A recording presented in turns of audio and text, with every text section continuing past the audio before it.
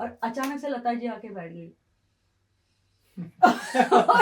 जैसे अभी आपके एक्सप्रेशन है वैसे हम एक दूसरे, संजीवनी बिलांडे यहाँ बैठी है, यहाँ और कोई बैठा है, हम एक दूसरे को देखो ना, क्या हो गया।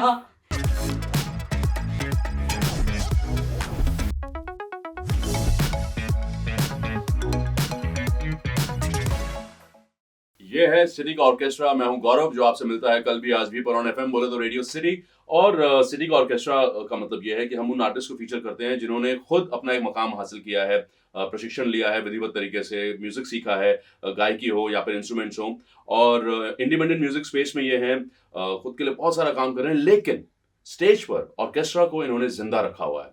लाइव परफॉर्मेंसेज होती हैं, और जब मैं ऑर्केस्ट्रा की बात करता हूँ तो वो बैंड से बहुत ज़्यादा अलग होता है। अलग अलग सेक्शंस होते हैं जो प्ले करते हैं, और फिर लाइव सिंगिंग होती है। और आज दो बड़े ही कमाल के कलाकार हमारे सामने हैं। एक है अमृता नाथू जी।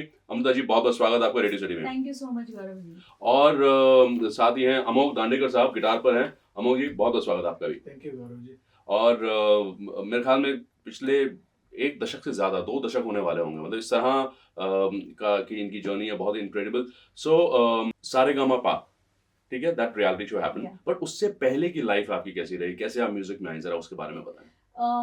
मैं जिस सिटी के बारे में हम बात कर रहे हैं, सांगली, वहाँ पे क्लासिकल म्यूजिक और संगीत नाटक जिसको कहते हैं उसका बहुत ज़्यादा कल्चर है। तो मैंने वहाँ पहले संगीत नाटक में काम किया था। एक संगीत शारदा करके एक ड्रामा है जिसमें नाट्य गीत होता है, और जो मेन लीड हीरो हीरोइंस होते हैं वो गाने वाले होते हैं। ओह, तो उसमें मैंने एक्चुअली काम करना शुरू हम्म, कर दिया था। आई थिंक हमने 50-100 तो उसके शोज लगाए थे। आई थिंक लता जी का परिवार भी वहीं आसपास है, Correct. सांगली, Yes, कोल्हापुर, वहीं से, वहीं सांगली से ही है ना? बिल्कुल, राइट बिल्कुल। राइट। अच्छा, तो विरासत में आपको सांगली में रही है, वाह।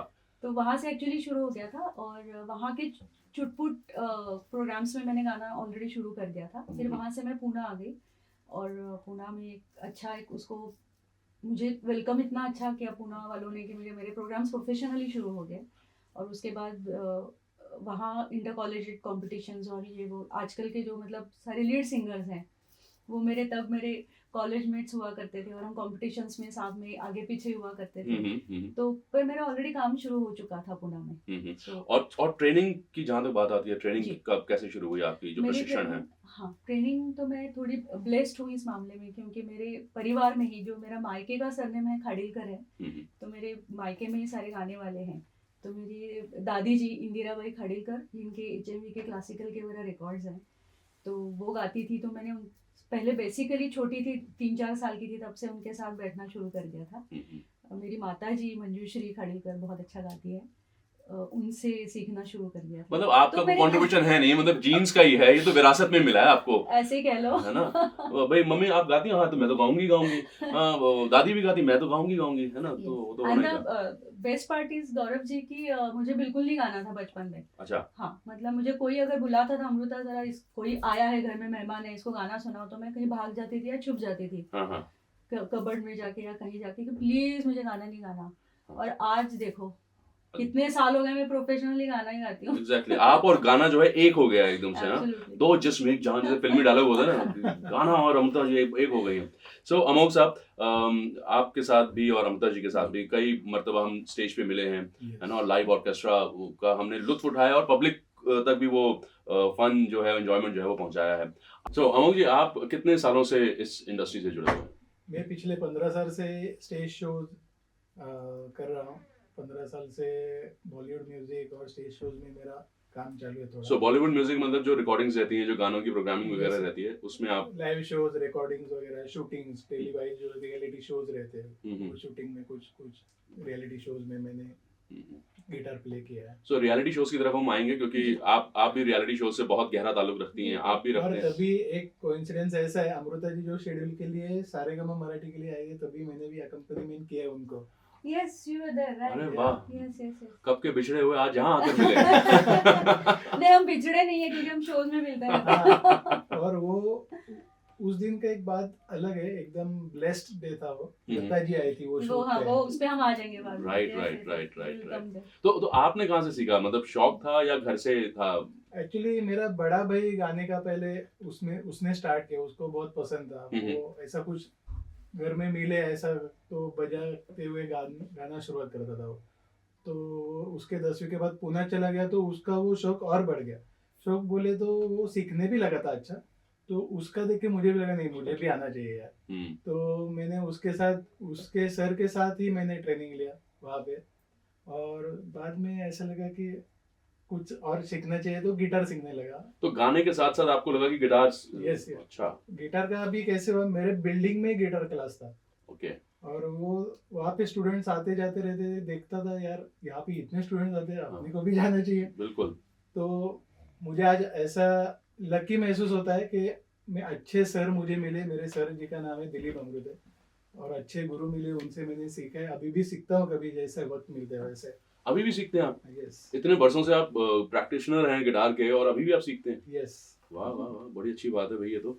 सो coming to the reality show part of this conversation, तो आप रियलिटी शो में किस तरह से पहुंची? मैं एज आई टोल्ड यू मैं पूना शिफ्ट हो चुकी थी ऑलरेडी, और तब गजेंद्र सिंह जी का सारेगामा शुरू हो गया था। हाँ, सारेगामा पा नहीं था वो, तब प नहीं लगा था उसमें। हाँ, हाँ, मध्यम तक रुका हुआ है। मध्यम मध्यम तक था। एब्सोल्युटली, पंचम नहीं आया था। नहीं आए थे, हाँ। तो वो शुरू हो चुका था, 1-2 शेड्यूल्स हो चुके थे उसके, और वो तीसरे शेड्यूल की तैयारी कर रहे थे, और ऑडिशंस वगैरह की चर्चाएं चल रही थी।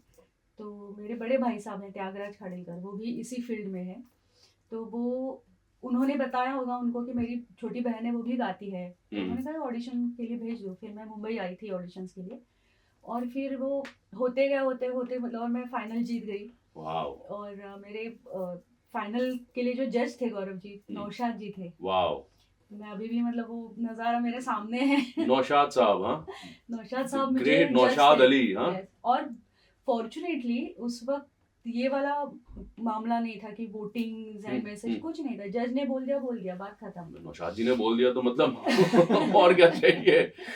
तो वो that was my first experience. और फिर उसके बाद फिर मेरा एक्चुअली और ज़्यादा seriously after that reality show काम आना शुरू हो गया। थोड़ा पर ये हिंदी सारेगामा था? Yeah, Hindi, Hindi, okay. हिंदी सारेगामा। तो मैं पहले हिंदी सारेगामा जीती हूँ फाइनल्स, और फिर उसके बाद मेरा काम शुरू हो गया हिंदी में। और फिर काफी सालों बाद ये जो मराठी सारेगामा प की ऑफर आई, वो तो प्रोफेशनल सिंगर्स की ही थी। अच्छा अच्छा। So all the participants were professional singers, जो ऑलरेडी गा रहे हैं, प्लेबैक कर रहे हैं, उनके लिए ही वो शेड्यूल बना हुआ था। तो उन्होंने मुझे पूछा, तो मैं थोड़ी दुविधा में फंस गई थी थोड़े दिन की, यार मैं ऑलरेडी हिंदी जीत चुकी हूँ और काफी 10 साल में अब प्लेबैक भी कर रही हूँ, गा रही हूँ, वापस एज अ पार्टिसिपेंट जाना है। फिर सारे ही वही थे, मतलब गाने बजाने वाले लोग थे, तो मैंने कहा कर लेते हैं। हाँ सही है, हमें पा को क्यों मिस किया जाए। सारेगामा जीता, सारेगामा पा भी जीतेंगे, पंचम भी मिल जाता है तो व्हाई नॉट। Why not. हाँ, पूरी कॉर्ड तो हो ही जाती है, सा से लेकर पा तक जो है। सो आप वो कॉन्टेस्ट भी जीत गई आप? वो जीती नहीं, मैं फर्स्ट ऋषिकेश रानड़े आया था, मैं वाज सेकंड। अच्छा अच्छा अच्छा, ओह दैट्स लवली। तो मतलब लड़कियों में आप ही फर्स्ट थी? एब्सोल्युटली, आप ही कह सकते हैं। And the best part is पूरा शेड्यूल हृदयनाथ मंगेशकर जी और सुरेश वाडकर जी ने जज किया था। तो इट वाज लाइक अ महफिल, जैसे अमोघ आप बताएगा, मतलब ऐसा चलता था कि महफिल ही चल रही है बस, क्योंकि सारे प्रोफेशनल गाने वाले पार्टिसिपेंट्स थे। तो लिटरली महफिल जम रही है, मतलब हर कोई अच्छा अपना तलवार निकाल के खड़ा था उधर, तो मजा आता था हर गाने में, और माहौल ही अलग था। और पंडित जी बता रहे हैं, सुरेश जी बता रहे हैं। तो कभी कभी ऐसा हुआ कि ड्यूरिंग दीज शोज आप लता जी या आशा जी से मिलना हुआ? बिल्कुल बिल्कुल। एक एपिसोड कि हमारा मतलब शूट की तैयारी चल रही थी, और हम पार्टिसिपेंट्स आके, मतलब हम सारे दोस्त ही थे ना, कलीग्स, बैठ गए आके सोफे पे, और जहाँ पे पार्टिसिपेंट्स बैठते हैं उसी लेवल पे सामने 2 चेयर्स लगाई हुई थी। तो हम आपस में डिस्कस भी कर रहे थे, यार यहाँ क्यों 2 चेयर्स लगे हुए हैं, क्योंकि जजेस तो सामने बैठे हैं ऑलरेडी, पंडित जी और सुरेश जी, यहाँ कौन आने वाले, यहाँ कौन आने वाला है, पता नहीं। और अचानक से लता जी आके बैठ गई। जैसे अभी आपके एक्सप्रेशन है, वैसे हम एक दूसरे, संजीवनी बिलांडे यहाँ बैठी है, यहाँ और कोई बैठा है, हम एक दूसरे को क्या हो गया, ये क्या हो गया, ये सच में हो रहा है। आके बैठ गई सामने, मुंह के ऐसे बैठी थी, जैसे एक मैं लेवल पे, मतलब मैं जैसे लता जी यहाँ बैठी हैं, इस लेवल पे वो बैठी हुई है, और हम यहाँ देख रहे हैं जजेस को, और हृदयनाथ जी हमको देख के बोल रहे अच्छा गाना, अमृता जी अच्छा गाना, लता जी आया अच्छा गाना।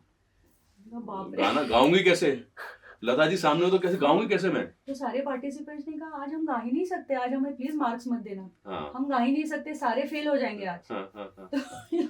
और वही एपिसोड के लिए मैं लकी समझता हूँ उसी एपिसोड के लिए मैं सब्स्टिट्यूट गया था। हाँ, आई रिमेम्बर दैट। अच्छा, आप उसका हिस्सा नहीं होने वाले थे? हाँ, एक्चुअली मनीष कुलकर्णी करके बड़े गिटारिस्ट है, वो सारेगामा के ओरिजिनल म्यूजिशियन मराठी। राइट। तो उस दिन वो दूसरे असाइनमेंट की वजह से बिजी थे, तो उन्होंने मुझे बोला था कि देखो कैसे एपिसोड के होता लिए है, तुम जाओ। This is destiny. यस, या नहीं तो मुझे देखने को भी नहीं मिलता Yes. लता जी को। हाँ, दैट्स लवली। लवली ना। और सबके मतलब गाने शुरू हो गए कि चलो एपिसोड शुरू कर देते हैं, तो करते करते, और मैंने उसी दिन, हमें तो पता ही नहीं था, मैंने उसी दिन लता जी का एक भयंकर मुश्किल गाना चुना था, हाँ, सुनिया सुनिया महफिली हाँ, हाँ, गाना हाँ, था। I know। और हमें थोड़ी पता था कि लता जी आ आई रही थिंक कंपोज भी लता जी ने किया ना? नहीं, नहीं, रिधा पंडित जी ने किया। हाँ, पंडित जी ने। पंडित रिदान Yes, मुंशी जी। yes. हाँ, हाँ, एंड स्मिता पाटिल ने वो शूट किया, Right. It's a beautiful song. Right.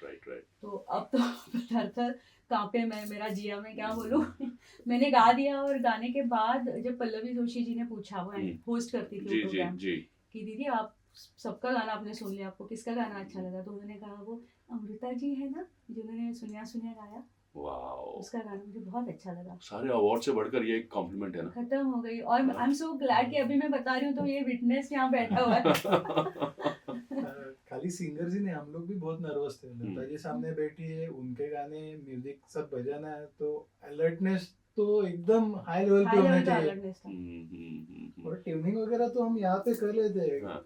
440 वहाँ पे सामने बैठा है हमारे, हाँ। उसके सामने क्या ट्यूनिंग करेंगे हम लोग। इनफैक्ट मैं लता जी से कई बार मिला हूँ, और एक बड़ी जबरदस्त फोटोग्राफ है लता जी और मेरी, जहाँ पे लता मंगेशकर जी बहुत जोर से हंस रही है, मैं भी हंस रहा हूँ। I saw that. You saw that Yes, photograph yes, ना? yes. सो वो आरजे गौरव 91 मेरा इंस्टा आईडी है, उस पे वो फोटोग्राफ अवेलेबल है। बहुत कमाल और की मेरी है। डीपी पे मेरी फोटो है लता जी के साथ। वो मैंने देखा है। आपने देखा? उषा जी भी बैठी हुई है साथ Correct. में। राइट। सो आप लोग कैसे इस ऑर्केस्ट्रा लाइन में, है ना भाई, प्लेबैक सिंगिंग एक तरफ है, रिकॉर्डिंग्स एक तरफ है, बट जितने शोज हम देखते हैं जो मुंबई में, गुजरात में, या ऑल ओवर इंडिया होते हैं, या फिर विदेश में होते हैं, Dubai and Europe and US, कहीं कहाँ तक होते हैं, सो वहाँ पर आप किस तरह से ये जो रेट्रो म्यूजिक है, जी। जो हमें इतने बड़े संगीतकारों ने, गीतकारों ने, गायक गायिकाओं ने हमें दिया है, तो वो किस तरह से आप अभी तक उसको मेंटेन कर पाते हैं, गा पाते हैं, परफॉर्म कर पाते हैं, ये कैसे होता है, ये बताएं। गौरव जी, मैं कहूँ तो एक्चुअली आप भी ये बात मानेंगे कि हमारे जो गोल्डन एरा के गाने हैं वो कभी, मुझे नहीं लगता कभी भी पुराने हो जाएंगे, क्योंकि आज भी हम कहीं भी घूमते हैं, भारत में या भारत के बाहर भी, ऑडियंस को वही गाने चाहिए जो लता जी, किशोर दा, नफीस आबाशा जी ने गाए हुए हैं, और उनको वो बहुत पसंद करते हैं। और ये उन गानों का मज़ा है, असर है, पोएट्री का असर है, कॉम्पोजिशंस का असर है, कि वो आज भी उनको वही चाहिए।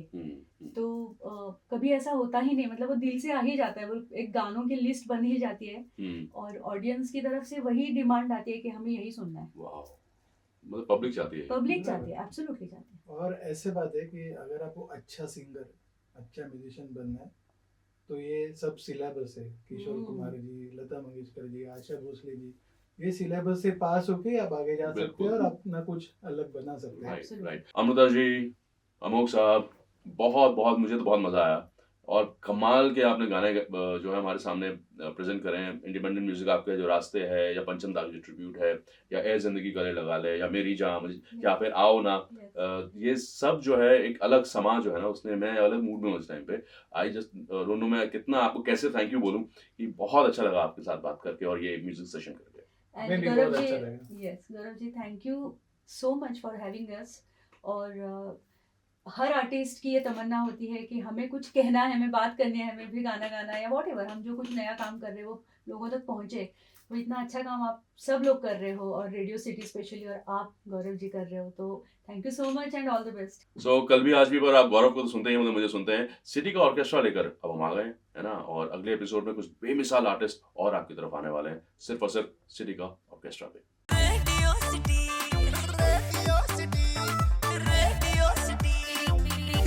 सिटी रग रग में दौड़े